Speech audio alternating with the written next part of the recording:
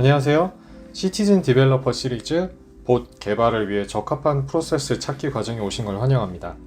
이 과정에서는 RPA는 어떤 행동을 할 수 있을지, 그리고 그런 행동들을 통해서 어떤 프로세스가 이 자동화에 적합한 프로세스인지를 찾는 두 가지의 컨셉을 커버하기 위해서 이 과정에 시작하도록 하겠습니다. RPA는 어떤 행동을 할 수 있나요? 사실 이러한 질문들은 제 입장에선 굉장히 이런 질문들을 많이 듣고 있습니다. 왜냐하면 어떤 행동을 할 수 있는가에 따라서 실제 개발하시는 분이나 그 RPA에 관심이 있으신 분들이 생각할 수 있는 범위가 정해지기 때문에 사실 이런 행동들을 정확하게 알고 계시느냐 모르고 계시느냐에 따라서 굉장히 큰 차이가 날 수 있습니다. 저희는 총 4가지 정도 카테고리로 일단은 좀 나눠봤는데요. 첫 번째 카테고리부터 일단 설명을 잠깐 드리도록 하겠습니다. 처음에 하는 그 카테고리는 트리거입니다. 트리거라는 표현이 조금 익숙하지 않으신 분들 같은 경우는 작업 시작을 어떻게 요청하는가에 대한 부분이라고 보시면 될 것 같고요. 조금 더 쉽게 말씀을 드리면 로봇이 어떤 방법을 통해서 시작을 할 수 있는지에 대한 부분이라고 이해를 해주시면 될 것 같아요. 편하게는 이메일을 이용해서 그 로봇한테 이제 행동을 이메일을 보내가지고 야 로봇아 이 일을 해줘 라고 이제 트리거를 줄 수도 있고요. 아니면은 특정 폴더에 파일을 이제 복사를 해서 갖다 놓기를 하면 로봇이 이렇게 그 폴더를 가만히 보고 있다가 파일이 들어오게 되면 작업을 할 수도 있습니다. 스케줄링, 이게 어떻게 보면 가장 흔히 쓸 수 있는 기능 중에 하나고요. 내가 출근하기 전에 새벽 6시에 특정 작업을 돌려줘 라고 일정을 딱 정해놓으면, 약속을 해놓으면 그 로봇은 스케줄 시간이 되면 그때 이제 로봇을 가동해가지고 이제 자동화를 이제 할 거고요. 오브젝트 연동 트리거라는 것도 있습니다. 이거는 키보드에 단축키를 설정을 해놓고 어떤 특정 키를 눌렀을 때 작업을 할 수 있도록 하거나 아니면은 어떤 특정 버튼을 눌렀을 때 작동을 할 수 있게도 할 수 있습니다. 그럼 특정 버튼이라는 게 뭐냐면 그게 어떤 버튼이든 상관은 없을 것 같아요. 예를 들면 그룹에어에서 업무 종료라고 하는 버튼을 딱 누르게 됐을 때 로봇이 가만히 지켜보고 있다가 해당된 버튼이 눌리게 됐을 때 후속 작업을 할 수 있는 그런 트리거도 준비가 되어 있습니다. 아니면 특정 윈도우를 갖고 있는 게 열리거나 닫히거나 로그인 페이지가 열렸을 때 그 윈도우가 열렸구나를 인지하고 작업을 시작할 수도 있고요. 윈도우에 보면 서비스라고 있습니다. 이거를 아시는 분도 있을 거고 아마 IT에서 이제 일하시는 분들 같은 경우는 이제 윈도우 서비스라고 하는 것들에 대해서 좀 알고 계실 텐데요. 이 윈도우 서비스 상태가 변경되는 거에 따라서 예를 들면 A라고 하는 서비스가 잘 작동이 되는 때는 상관없는데 그 서비스가 중간에 퍼즈가 된다거나 아니면 작업이 중단된다거나 이런 경우가 생겼을 때를 보고 있다가 이제 작업을 시작할 수도 있겠죠. 혹은 이제 그 고급 사용자 같은 경우는 저희가 컨트롤 룸이라고 하는 그 중앙화된 모듈이 있다는 거는 전 시간에서 이미 배우셨을 텐데 그 컨트롤 룸에다가 API 콜을 이용해서 특정 작업을 할 수 있게 전달을 할 수도 있습니다. 이런 부분들이 어떻게 보면 작업을 시작하는 요청 방법이라고 하면 두 번째 카테고리는 이제 데이터 수집에 관련된 부분입니다. 데이터 수집이라고 하면은 광범위할 텐데요. 그게 이메일도 가능할 거고 웹도 가능할 거고 사내 시스템 어떤 특정 어플리케이션에서도 가능할 거고요. 데이터베이스도 가능합니다. 데이터베이스에 접근할 수가 있다고 하면 거기에 가서 쿼리를 수행을 해서 그 쿼리문의 결과를 수집해 온다던가 하는 걸로 이제 데이터 수집을 할 수도 있겠죠.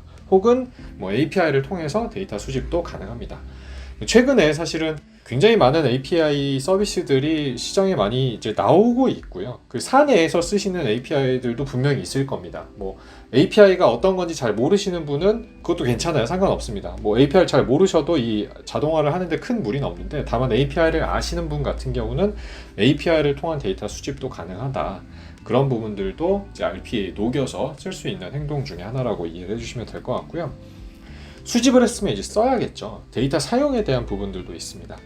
간단한 예로는 하나의 어플리케이션에서 다른 어플리케이션으로 데이터를 복사한다거나 이런 것도 당연히 쉽게 가능하고요. 복사하는 것뿐만 아니라 특정 그룹웨어에서 데이터를 수집을 해와서 아니면 특정 PDF에서 데이터를 뽑아와가지고 그 데이터 뽑아온 걸 갖고 사내에 있는 ERP 시스템에 들어가서 해당된 정보들이 다 매칭이 되는지 그런 검증이나 혹은 이제 대사 작업에도 이런 부분들을 쓸 수가 있습니다. 마지막으로는 이런 데이터 수집과 사용을 통해서 어떤 결과물이 나왔을 때 이 결과물을 이메일을 통해 결과를 받을 수도 있고요. 아니면 파일을 새롭게 만들어서 특정 위치에다가 그 파일을 쓸 수도 있습니다. 아까 말씀드렸던 그런 데이터베이스의 내용을 업데이트하는 것도 결과 전달 방법 중에 하나가 될 수 있을 것 같고요.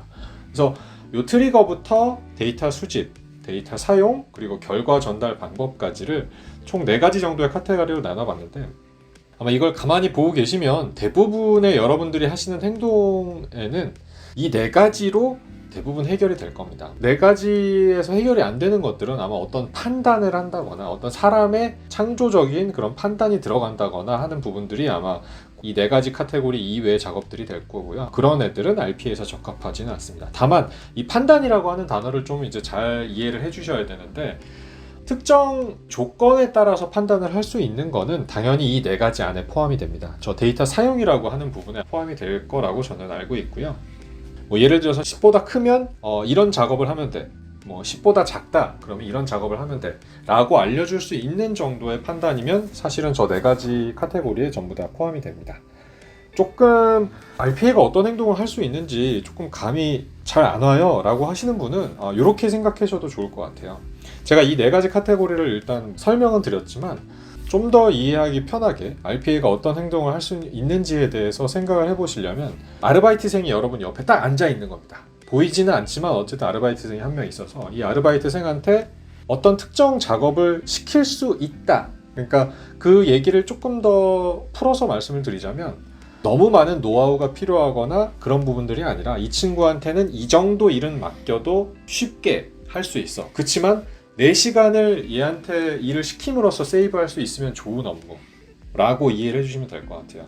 저도 가끔 일을 하다 보면 이런 일은 제발 좀 아르바이트생이 와서 나 대신 해줬으면 좋겠다 라고 생각했던 그런 업무가 어떻게 보면 RPA에 적합한 업무라고 볼 수 있고, 그거 말고 보고서를 쓰는데 개인의 주관적인 판단이 들어간다거나 하는 그런 부분들이 분명히 있으실 거예요. 그런 판단의 영역은 사실 아르바이트생한테 맡길 수가 없잖아요. 이 친구가 업무를 다 파악하고 있는 것도 아니고, 이 친구가 어떤 해당 업무 영역에 잘 알지 못하니까, 노하우가 없으니까 모든 걸 다 맡길 수는 없잖아요. 그거는 RPA에 어떻게 보면 적합하지 않다라고 이해를 해주시면 조금 더 이 4가지 항목에 대한 이해도가 좀 높여지지 않을까라고 이제 생각을 합니다. 샘플로 좀 말씀을 드릴까요? 저희가 RSS 리더라고 하는 그런 이제 태스크를 하나 만들었다고 예를 들면, RSS가 뭔지는 그렇게 고민 안 하셔도 돼요. 이거는 신문을 만드는데 여러분들의 원하는 형태의 신문을 만드는 그런 거라고 이해해 주시면 될 것 같아요. 그 RSS 리더라는 거에 너무 초점을 맞추지 마시고, 이 4가지 앞서 말씀드렸던 트리거, 그리고 데이터 수집, 그리고 데이터 사용, 그리고 결과 전달에 대한 부분만 이해를 해주시면 됩니다.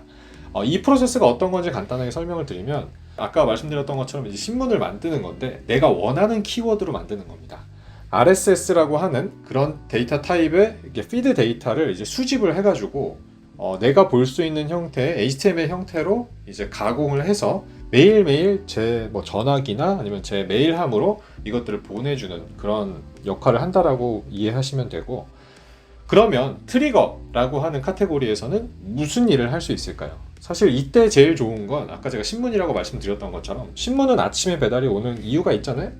그 전날에 새로운 뉴스들이 있으면 그걸 아침에 보통 배달을 하죠. 여러분들도 아마 출근하기 전에 대중교통이나 아니면 그런 데서 시간이 좀 짬이 날 때 잠깐 보는 그런 부분이잖아요. 트리거도 사용자가 출근하기 전에 아침 7시나 이 정도 시간에 그 부분들을 여러분들의 전화기에 딱 갖다 놓으면 좋을 것 같아요. 그렇기 때문에 트리거는 출근하기 전에 스케줄 기반으로 작동을 하면 될 것 같습니다. 데이터 수집 같은 경우는 아까 제가 RSS 데이터들을 수집한다. 그러니까 어딘가에서 누군가 이제 뉴스들을 계속 엄청난 용량으로 이제 수집을 해온 걸 저희는 이제 서비스를 그냥 받는 거죠. 그 데이터를 어딘가에서 갖고 오는 역할을 이제 데이터 수집의 역할로 보시면 될 것 같고, 데이터를 이제 가공을 해야 되잖아요. 예를 들면 내가 원하는 형태, 내가 원하는 키워드로 다시 한번 재가공을 해야 되니까, 이런 경우에는 데이터 사용이 이런 부분이 될 수 있을 것 같고, 최종적으로 그걸 제가 이메일로 전달을 받는다라고 하면 그 부분이 결과 전달의 카테고리에 속해 있다라고 보시면 될 것 같아요. RSS 리더라고 하는 것 때문에 조금 이해가 아리까리 하신 분들을 위해서 하나 더 준비를 했습니다. 요 프로세스는 뭐냐면 제가 원유 회사예요. 기름을 만드는 이제 회사인데 그걸 팔기 위한 가격이 있을 거고 만들어서 파는 자사 가격 그리고 경쟁사와 시장의 가격이 이제 그걸 두 개를 비교해서 디시전을 내리기 위한 이제 판단 근거로 쓰려고 하는 거예요. 그래서 가격 정보를 이제 갖고 오는 그 형태라고 이해를 해주시면 될 것 같습니다. 이런 형태가 있는데 그럼 트리거는 어떤 게 될까요? 트리거는 뭐 여러 가지가 있을 수 있지만 이 케이스 때는 사용자가 내가 원하는 시점에 그냥 원하는 걸로 돌리고 싶어. 그렇게 되면 아까 오브젝트 트리거, 오브젝트 형태 예를 들면 컨트롤 쉬프트 Q를 누르면 이 잡을 돌려라 라고 하는 게 하나의 트리거가 될 수도 있을 겁니다. 수집은 아까 설명드린 것처럼 뭐 SAP의 데이터를 갖고 오거나 아니면 경쟁사의 웹사이트에 들어가거나 아니면 이제 해외 시장, 마켓의 그런 웹사이트에 들어가서 관련된 정보들을 추출해 오는 게 데이터 수집의 한 꼭지로 이제 들어갈 수 있을 것 같고요. 데이터 사용에 대한 부분은 엑셀을 통한 재가공, 보고서를 이제 새로 만드는 그런 부분들이 이제 데이터 사용의 부분이라고 이해를 해주시면 될 것 같고 마지막으로 이메일로 보고서를 받는 게 결과 전달의 카테고리라고 봐주시면 될 것 같습니다. 이런 네 가지 카테고리로 나눠서 생각을 해보시면 생각보다 할 수 있는 행동들이 어떤 것들이 있는지 한번 생각을 할 수 있을 것 같아요.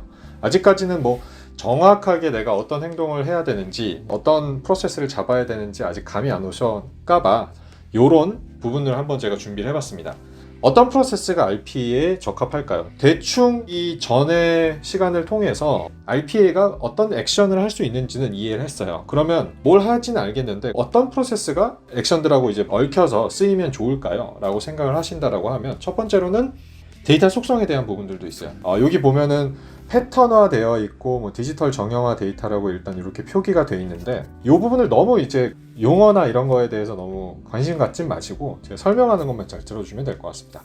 이게 RPA가 쓸 때 사실은 손글씨를 인식해서 저희가 그걸 텍스트화하는 과정이 또 추가적으로 필요한 비정형 데이터, 저희는 이제 수기 작성이나 이런 부분들을 그러니까 비정형 데이터라고 부르고 있는데 이 비정형 데이터보다는 정형화 데이터 같은 경우는 이제 컴퓨터에서 이미 제가 타자를 친 그런 데이터들은 전부 다 이제 정형화 데이터라고 봐주시면 될 것 같아요. 그래서 정형화 데이터가 많으면 많을수록 처음에 RPA를 진행하는 데는 이제 적합합니다. 그럼 수기 작성이나 이런 것들은 아예 안 되는 건가요? 그렇진 않아요. 지금 이 장표를 보시면 아시겠지만 제가 드리는 건 권고사항일 뿐이지 사실 답은 아닙니다. 여러분들 상황에 맞춰서 RPA에 적합한 것들을 이제 고민을 좀 해주셔야 돼요. 다만 지금 보여드리는 이 장표가 거기에 하나의 잣대가 될 수 있을 걸로 저는 보고 있습니다. 자, 다시 돌아와서 두 번째, 시스템 수도 마찬가지예요. 너무 많은 시스템을 다 엮어서 자동화를 하려고 하면 쉽지 않겠죠. 근데 한편으로는 또 너무 작게 되면 자동화를 해야 되는 이유 자체가 없어질 수도 있습니다. 그렇기 때문에 적당한 수의 시스템을 엮는 게 적합하고요. 업무 난이도 당연히 마찬가지죠. 너무 어려운 거, 사람이 해도 어려운 거는 사실 아르바이트생한테 맡기려고 해도 어려워요. 결국에 그 얘기는 뭐냐면 개발을 할 때도 여러분도 곤란해진 상황들이 많이 처할 수도 있다는 거죠. 그렇기 때문에 쉬운 부분부터 일단은 좀 해보시는 게 아무래도 좋습니다. 변화 정도라고 하는 부분은 뭐냐면 이 프로세스가 변화가 너무 극심한 거죠. 예를 들면 오늘은 이랬다가 내일은 저럴 수도 있고 뭐 내일 모레는 다른 방법으로 또 이 프로세스가 계속 변경되는 그런 애들도 있을 수 있잖아요. 아니면 뭐 분기에 한 번씩 바뀐다던가 이런 식으로 변화의 정도가 너무 심하게 변경되는 애들은 사실은 적합하다고 보진 않습니다. 그래서 아예 변경이 되지 않는 것들이 사실은 제일 좋을 것 같고요. 변경이 되더라도 개발을 하는 사람 입장에서 대응할 수 있는 그런 부분들이 있다라고 하면 그것도 RPA에 적합할 겁니다. 이 대상 어플리케이션도 사실은 변화의 정도하고 비슷할 수 있는데요. 예를 들면 외부 개발, 외부에서 개발이 되기 때문에 이 변경 작업이나 이런 것들을 제어할 수가 없는 어플리케이션도 있을 수 있습니다. 대표적인 예로는 퍼블릭 웹사이트라고 하죠, 보통. 그러니까 일반 사용자들이 쓰고 있는 웹사이트들, 국가 사이트들 있잖아요, 예를 들면. 이런 애들은 변경 작업이 언제 일어나는지 저희가 알 수가 없습니다. 그래서 그런 케이스 때는 사실은 이 대응하기가 쉽지는 않아요. 안 된다는 건 아니지만 예를 들면 그렇다는 겁니다. 그렇지만 상대적으로 내부에서 개발된 사이트 같은 경우는 이 개발이 나중에 변경 작업이 있을 때 언제 변경이 되는지 얼마만큼 변경이 되는지를 협의할 수 있기 때문에 상대적으로 내부에서 개발된 그 어플리케이션이나 이런 것들은 더 적합할 수밖에 없게 되어 있습니다. 결국에 변화 정도가 작기 때문에 결국 그렇게 된다는 거죠. 이 인지 수준이라고 하는 거는 예를 들면 데이터 속성하고 좀 관련이 있어요. 높은 인지 수준의 기술을 써야 되는 케이스 때는 이거는 처음에 이제 RPA를 도입하기가 좀 쉽지 않은 부분들이 있습니다. 예를 들면 아까 말씀드렸던 수기 부분, 뭐 A4 용지에다 뭐 어떤 특정 텍스트를 써놓고 이걸 보트한테 전달을 하려고 하면 생각보다 많은 케이스를 뭐 거쳐야 됩니다. 뭐 스캔도 해야 될 거고요. 스캔한 데이터를 PDF를 뭐 텍스트를 뽑아야 될 수도 있고, 이런 케이스들 같은 경우는 인지 수준이 좀 높은 편에 저희는 보고 있고, 인지 수준이 낮다는 건 그만큼 디지털 정형화된 데이터가 많다는 얘기가 되기도 합니다. 그렇기 때문에 인지 수준에 따라서도 RPA 적합도가 좀 달라질 거고요. 걸리는 시간, 이거 같은 경우 좀 다른 그 팩터긴 해요. 걸리는 시간이 짧은 건 사실은 세이브 되는 시간이 여러분의 업무에서 절약 8시간 동안 근무하는 그 시간 동안에 도와드릴 수 있는 부분이 작다는 얘기로 또 들릴 수도 있어요. 그렇기 때문에 최대한 반복적이지만 많이 걸리는 애가 적합합니다. 그래서 이런 답은 없지만 이 정도의 항목들을 생각을 해보시고 프로세스를 선택을 하실 때 고민을 해주시면 좋을 것 같아요. 그럼 한번 예시로 한번 들어볼까요? 좋은 업무는 어떤 것들이 있을까요? 일단은 우리가 귀찮은 업무라고 제가 쓰긴 썼는데 저게 어떤 얘기일까요? 우리가 귀찮은 업무라는 건 로봇이 자동화로 이렇게 막 돌릴 때 나뿐만 아니라 많은 사람들이 혜택을 받을 수 있다는 그 얘기죠. 결과적으로는 많은 시간을 세이브할 수 있기 때문에 뭐 적합하다는 그런 이유 때문에 제가 한번 적어봤고요. 혹은 잦은 이직이나 이제 퇴사를 유발하는 업무가 있을 수도 있습니다. 이건 뭔 얘기냐? 업무 만족도가 떨어지는 업무들도 있어요. 예를 들면 신입사원분한테 맡겨야 되는 그런 업무들이 있다라고 생각되시는 그런 업무. 사실은 신입사원분들도 그게 무슨 죄겠어요? 그분들도 사실은 뭐 굉장한 이제 스펙들을 갖고 딱 회사에 왔는데 계속 반복적이거나 본인들이 귀찮아하는 업무만 계속 받게 되면 이분들도 사실은 이직하고 퇴사하는 가장 큰 이유 중에 하나가 되기도 합니다. 그런 것들을 RPA로 돌리게 되면 이제 적합하다고 저희는 보는 거고요. 사람한테 적합하지 않은 업무죠, 어떻게 보면. 혹은 24시간 대응이 필요한 업무들도 있어요. 이거 같은 경우는 사람은 24시간 동안 대응하기가 굉장히 어렵기 때문에 뭐 그 쉬프트 근무나 대체 근무나 이런 것들을 이제 하시는데, 로봇은 사실 뭐 아시다시피 실존하는 사람이 아니기 때문에 24시간 대응을 해도 뭐 불평 불만 없이 잘 돕니다. 그렇기 때문에 24시간 대응을 했을 때 분명히 도움이 되는 업무가 있다라고 하면 이런 것도 좋은 방법이 될 수 있을 것 같고요. 양이 너무 많거나 사람이 수행하기 때문에 빈도가 낮은 업무들도 있어요. 너무 많은 양으로 손대지 못하지만 이걸 로봇한테 시키게 되면 빠르게 처리할 수 있는 업무들도 굉장히 좋은 업무고, 또는 지금까지 사람이 수행하기 때문에 빈도가 낮았던 업무들도 분명히 있을 겁니다. 2번 같은 경우하고도 연결이 될 텐데, 하루에 예를 들면 야 너는 이 일만 하루에 계속해 라고 하면 누구나 다 싫어합니다. 사람이기 때문에. 근데 하면 분명히 좋긴 좋아요. 이것들을 적시에 딱 파악을 해서 뭔가 액션을 저희가 할 수 있다라고 하면 좋은 업무들도 있거든요. 그런 것들은 로봇한테 맡기면 좋다고 이제 해본 거고요. 적합하지 않은 경우는 뭐 이런 케이스가 있을 수 있겠죠. 변화가 너무 잦은 업무들, 혹은 1회 처리하는데 걸리는 시간이 너무 오래 걸리는 경우들도 그렇습니다. 이 경우를 좀 얘기를 드리고 싶은데 좀 집중적으로, 1회 처리하는데 걸리는 시간이라고 하면 반복성이 별로 없는 업무일 가능성이 굉장히 높습니다. 그 얘기는 1년에 한 3일 정도를 걸려서 하는 업무들이 있다. 근데 1년에 딱 한 번밖에 안 해요.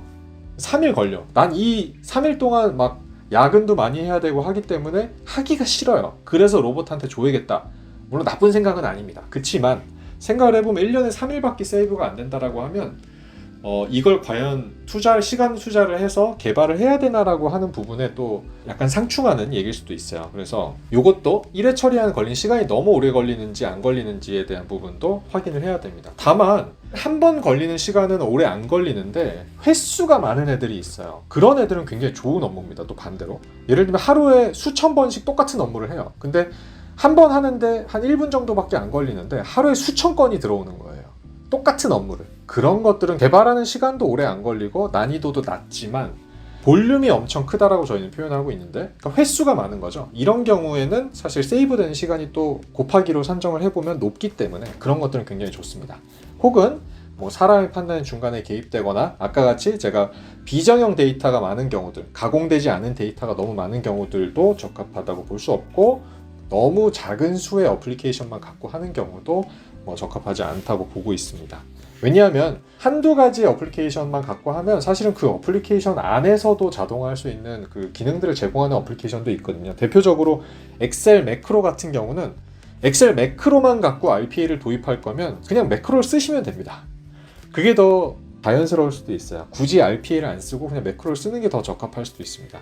근데 엑셀 데이터를 갖고 뭐 ERP에 갔다가 그룹웨어에 갔다가 어떤 판단을 하고 뭐 대사를 하고 그런 일들이 계속 반복적이고 이러면 여러 가지 어플리케이션을 쓰는 케이스이기 때문에 그럴 땐 오히려 더 로봇한테 맡기는 게 적합할 수도 있고요. 결론적으로는 이 두 가지의 문제에 사실은 그 적합한가 안 한가를 판단할 수 있는 중요한 잣대라고 저는 결론을 내리고 싶습니다. 사이클하고 볼륨인데 이 사이클이라고 하는 부분을 다시 한번 설명을 드리면 제가 했던 지금까지 주구절절 했던 말에 다 녹아져 있어요. 저 사이클은 말 그대로 한 번 돌리는 시간입니다. 예를 들면 특정 웹사이트에 가서 가격 정보를 확인을 해요. 그러면 한 번 가격 정보를 확인하는데 걸리는 시간이 있을 거잖아요. 뭐 웹브라우저를 띄운다, 그 웹사이트로 간다, 어떤 특정 버튼을 눌러가지고 검색을 한다, 그래서 그 값을 갖고 온다, 이런 식의 흐름이 있다라고 하면 그걸 한 번 실행하는데 걸리는 시간이 얼마인가를 판단을 해주셔야 된다는 겁니다. 이게 왜 중요한가에 대해서 설명을 다시 한번 드리면 개발 시간과 난이도에도 이게 상관이 있기 때문에 이 사이클이라고 하는 수행하는 시간이 짧으면 짧을수록 여러분들한테 적합한 프로세스일 가능성이 굉장히 높습니다. 근데 1번만 짧으면 되냐? 그렇지 않습니다. 2번도 중요합니다. 1번, 2번이 다 만족을 해야 돼요. 엔드 조건으로 만족을 해야 됩니다. 그 얘기 아까 제가 말씀드렸던 그런 가격 정보를 한 번 하는데 걸리는 시간이 30초면 그런 똑같은 작업을 유사한 작업들을 하는데 볼륨이 많아야 된다는 거죠. 하루에 한 10,000번씩 이걸 수행을 해야 된다. 그러면 30초지만 곱하기 30초 곱하기 만을 하면 여러분들이 혜택을 받는 시간이나 이런 것들이 굉장히 높죠.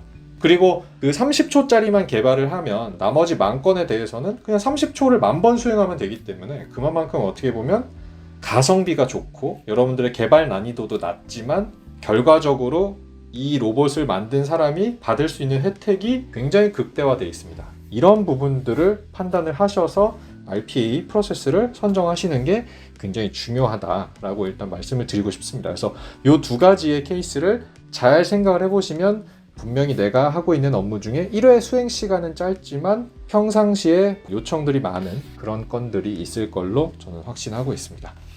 이번 세션에는 이 두 가지를 배웠죠. RPA가 어떤 행동을 할 수 있는지, 그리고 트리거, 데이터 수집, 사용, 결과 전달 방법에 대해서 제가 설명을 드렸고요. 어떤 프로세스가 RPA에 적합한지, 지금 화면에 보고 계신 것처럼 데이터 속성이나 시스템의 수나 업무 난이도나 변화 정도, 인지 수준, 그리고 업무에 걸리는 시간, 이런 것들을 고려를 하셔서 어떤 프로세스가 RPA에 적합한지 한번 상상을 해보시는 그 시간을 가지셨으면 좋겠습니다. 네, 이번 시간은 여기까지 마무리를 짓고요. 장시간 동안 고생 많으셨습니다.